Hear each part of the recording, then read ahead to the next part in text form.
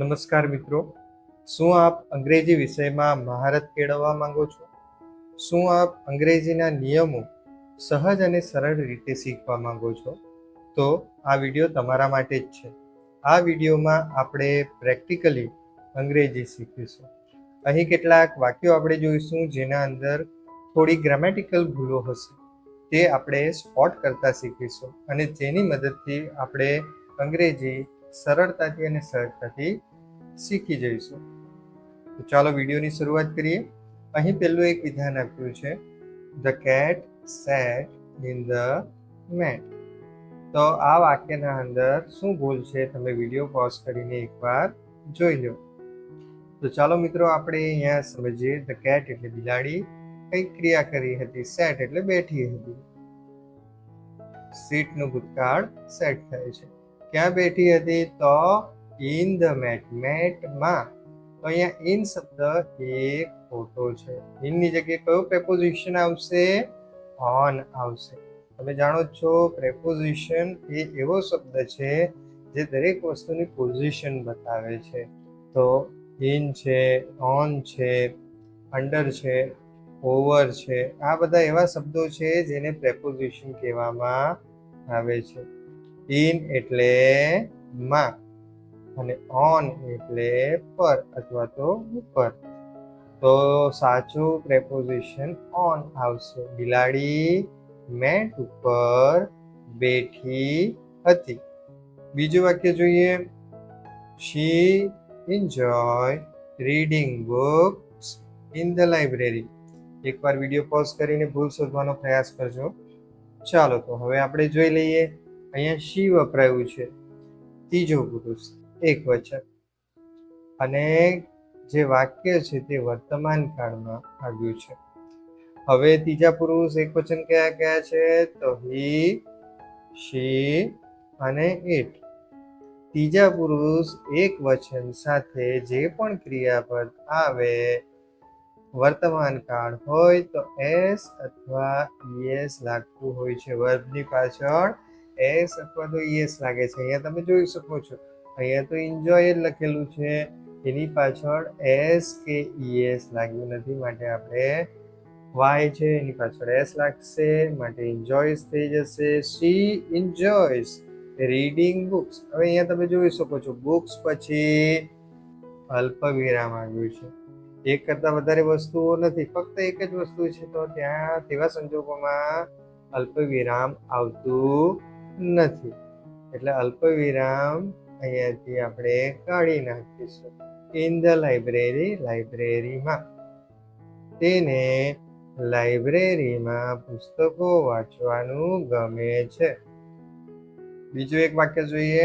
They am going to the park this afternoon. એકવાર video pause કરીને પ્રયાસ કરો. હવે પહેલા તો આપણે કાળ જોઈ લઈએ. કયો કાળ છે? એમ આવ્યો છે, માટે વર્તમાન કાળ છે. બરાબર. વર્તમાન કાળ આપણે કઈ રીતે ઓળખી શકીએ? એમ, ઇઝ, આર, હેઝ અને હેવ આવે તો વાક્ય વર્તમાન કાળમાં છે એવું આપણે સમજી શકીએ. અહીંયા આપણે જોઈ લઈએ. જે કર્તા છે તે કર્તામાં ત્રીજો પુરુષ બહુવચન આવ્યો છે. તો ત્રીજા પુરુષ બહુવચનમાં કઈ ક્રિયાપદ આવે? તો ફટાફટ એકવાર આપણે સમજી લઈએ કયા સર્વનામ સાથે કઈ ક્રિયાપદ આવશે. તો પહેલો પુરુષ એક વચનમાં આય આવે. આય સાથે હંમેશા એમ આવશે.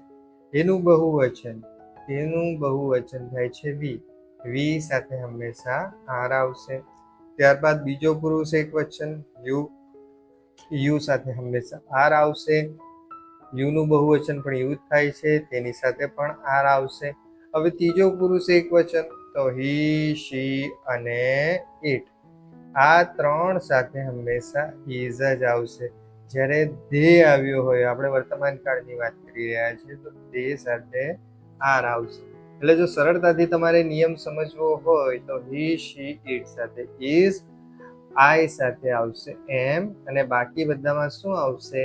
આર આવશે. તો અહીંયા તમે જોઈ લો, ધે સાથે શું આવ્યું છે? એમ આવ્યું છે. તો અહીંયા આપણે સુધારો કરીશું. શું આવશે?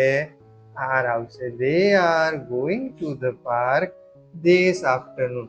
હવે અહીંયા તમે વાક્ય પૂરું થયું છે તો અહીંયા તો ઉદ્ગાર ચિહ્ન આવ્યો અને વાક્યના અંદર એવું કોઈ પણ જગ્યાએ કોઈ પણ પ્રકારના ઉદ્ગારનો ઉલ્લેખ નથી. ઓ છે, અલાસ છે, એવા બધા ભાવો જ્યારે વાક્યમાં આવતા હોય તો ત્યારે આપણે ઉદ્ગાર કરતા હોઈએ, પરંતુ અહીંયા તો એવું કોઈ પણ આશ્ચર્યજનક ભાવો કોઈ નથી. એટલે અહીંયા શું આવશે? વિધાન વાક્ય છે માટે પૂર્ણ વિરામ જ આવશે. પછી બીજું વાક્ય છે he bought a new car last week.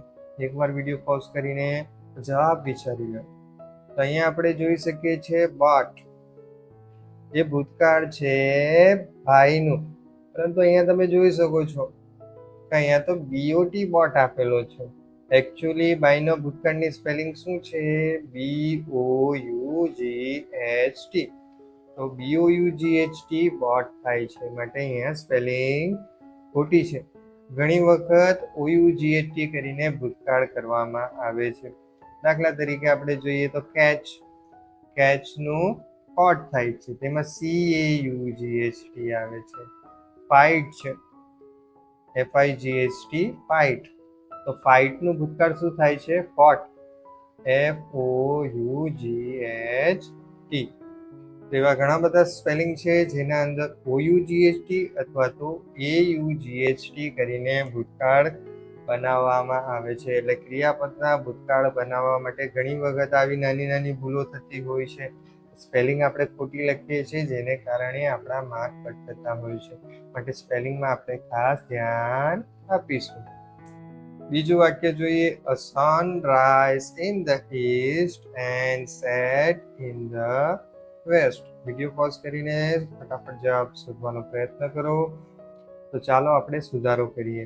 તો અહીંયા તમે જુઓ છો સન. સન જ્યારે પણ આવે તો તેની સાથે અહીંયા આર્ટિકલ તમે જોઈ શકો છો એ વપરાયો છે. સન એ એવો તારો છે કે તેના જેવું બીજું કોઈ નથી, વિશિષ્ટ છે. એટલે અહીંયા આર્ટિકલ આપણે જાણીએ છીએ. આર્ટિકલ કેટલા છે? 3 છે. એ, એન અને ધ. તો જ્યારે વિશિષ્ટ વસ્તુ, વિશિષ્ટ વ્યક્તિની અથવા વિશિષ્ટ પદાર્થની વાત થતી હોય તો ત્યારે આપણે ધ આર્ટિકલ વાપરીએ છીએ.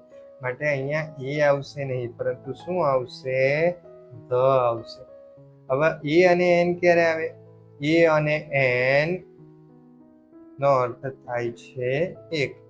દાખલા તરીકે તમારી પાસે એક મોબાઈલ છે તો એના માટે મોબાઈલની આગળ આપણે એ લગાડીશું. તમારી પાસે એક સફરજન છે, એપલ, તો અહીંયા આપણે એન લગાડીશું. શા માટે એન લગાડીશું? અ કેમ નહીં? તો જે શબ્દ છે તે શબ્દની શરૂઆત એ થી થાય છે, એટલે કે સ્વરથી થઈ છે. તો કયા કયા સ્વર છે? એ, ઈ, આઈ, ઓ અને યુ. જો આ 5 સ્વરથી શબ્દની શરૂઆત થતી હોય તો તેની આગળ એન લગાડવામાં આવે છે. અહીંયા તો વિશિષ્ટ વસ્તુ જ છે. અહીંયા તો આપણે વિશિષ્ટ વસ્તુની વાત કરી રહ્યા છીએ. સન, જેના જેવું બીજું દુનિયામાં કોઈ નથી. માટે શું આવશે? The sun. હવે અહીંયા ક્રિયાપદ જોઈ લઈએ. તો ક્રિયાપદ તો વર્તમાન કાળમાં છે અને સન, સન એ કયો પુરુષ થાય છે? ત્રીજો પુરુષ થાય છે. કઈ રીતે ત્રીજો પુરુષ? તો તમારે એટલું યાદ રાખવાનું કે આય આવ્યો હોય તો એ હંમેશા પહેલો પુરુષ થશે એક વચનમાં. વી એ પહેલા પુરુષમાં બહુવચન થાય. યુ તે બીજો પુરુષ છે, એનું બહુવચન પણ યુ થાય છે. અને ત્રીજા પુરુષમાં હી, શી અને ઇટ આવે છે અને તેનું બહુવચન ધે થાય છે. હવે આ હી, શી, ઇટની જગ્યાએ નામ પણ આવી શકે. તો જે ઇટ વસ્તુની વાત થાય છે તેની જગ્યાએ અહીંયા બેઠું નામ જ આપી દીધું છે. આ તો બધા સર્વનામ છે. સર્વનામની જગ્યાએ અહીં બેઠું નામ જ વપરાયું છે. તો નામ જ્યારે આવે છે, ત્રીજો પુરુષ એક વચનની જ્યારે વાત થાય છે તો ક્રિયાપદની પાછળ શું આવશે? એસ કે એસ આવશે માટે અહીંયા શું થશે? Rises. The sun rises in the east and. હવે અહીંયા બીજી ક્રિયાપદ આવી તો અહીંયા પણ આપણે એસ લગાડી દઈશું. Set in the west. હવે મિત્રો અહીંયા એક બીજી પણ બે ભૂલો છે. એ ભૂલો તમારે શોધીને કોમેન્ટ કરવાની છે. ખૂબ જ સરળ છે જો તમે ધ્યાનપૂર્વક જોશો તો. બીજું વાક્ય જોઈ લઈએ. I will call you when I arrived home. Video pause કરીને એકવાર જવાબ વિચારવાનો પ્રયત્ન કરો.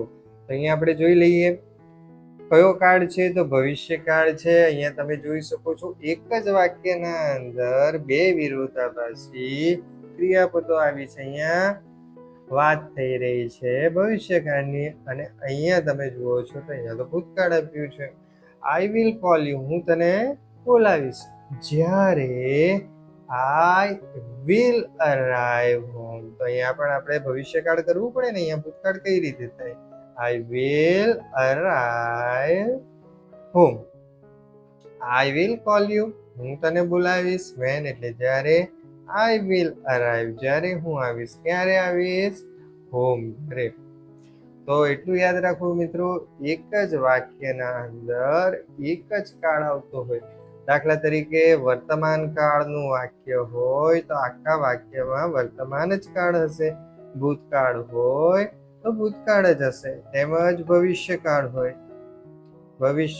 હોય તો આખા વાક્યમાં ભવિષ્યકાળ જ હશે. ભવિષ્યકાળને શોધવા માટે વિલ શબ્દ આવે. અહીંયા વોઝ, વર અને ઈડી જેવા શબ્દો, ક્રિયાપદની પાછળ ઈડી લાગતો હોય છે એવા શબ્દો આવે. વર્તમાન કાળમાં આપણે આગળ જોઈ જ ગયા છે. કઈ કઈ ક્રિયાપદો આવે છે તે તમારે કોમેન્ટ કરીને મને કહેવાનું છે, કેમ કે અત્યારે જ આપણે જોઈ ગયા છે. બીજું વાક્ય જોઈ લઈએ. We has been friends since childhood. ચાલો મિત્રો, આ વિડીયો પોઝ કરીને ફટાફટ ભૂલ શોધી કાઢો. અહીંયા આપણે જોઈ ગયા છે થોડો વાર પહેલા જ. વી એટલે કયો પુરુષ? તો વી એટલે પહેલો પુરુષ, પણ કેવો? બહુવચન. હવે પહેલો પુરુષ બહુવચન આવે તો ત્યારે શું આવે? હેઝ આવશે કે હેવ આવશે?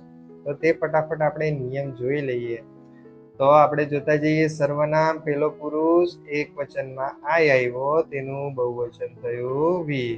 બીજો આવશે યુ અને તેનું બહુવચન યુ. આપણે જોઈ જ ગયા છે હી, શી અને ઇટ.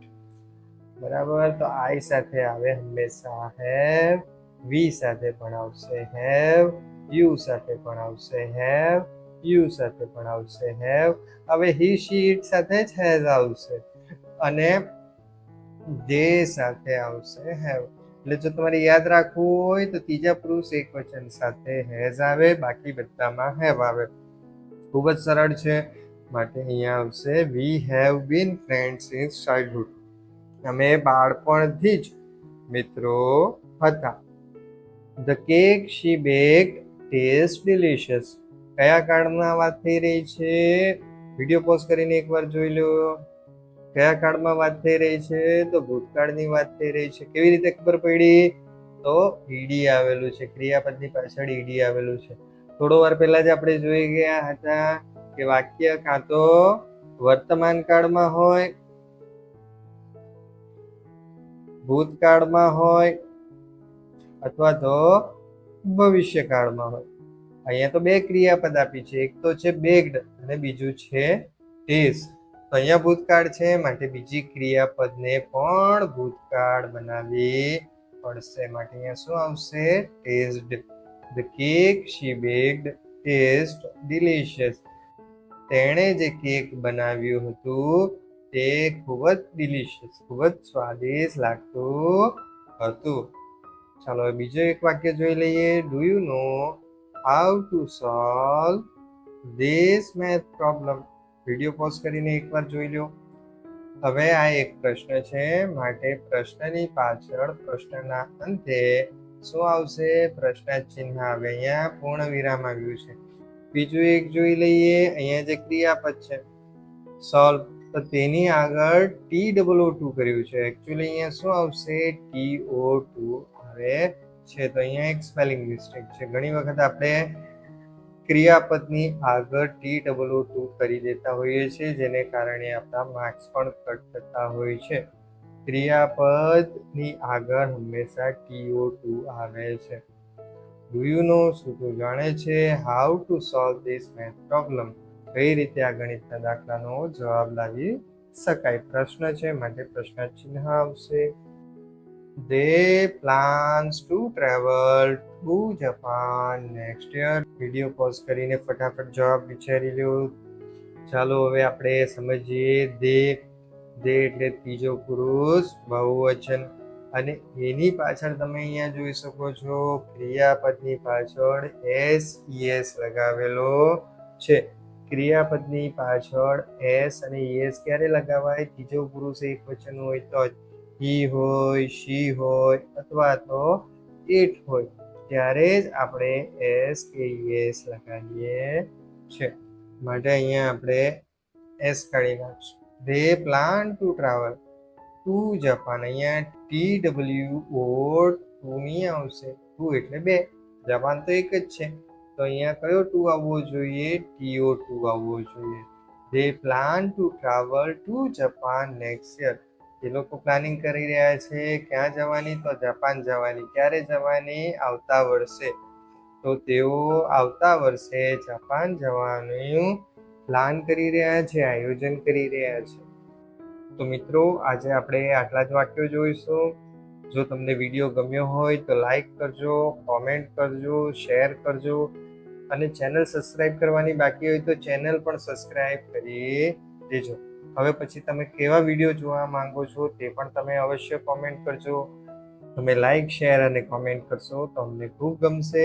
ફરી પાછા મળીશું એક નવા વિડીયો સાથે. ત્યાં સુધી અહીં બીજા પણ કેટલા વિડીયો છે તે પણ જોઈને તમે તમારી જ્ઞાનની પીપાસા છે તે પરિપૂર્ણ કરી શકશો. ફરી પાછા મળીશું.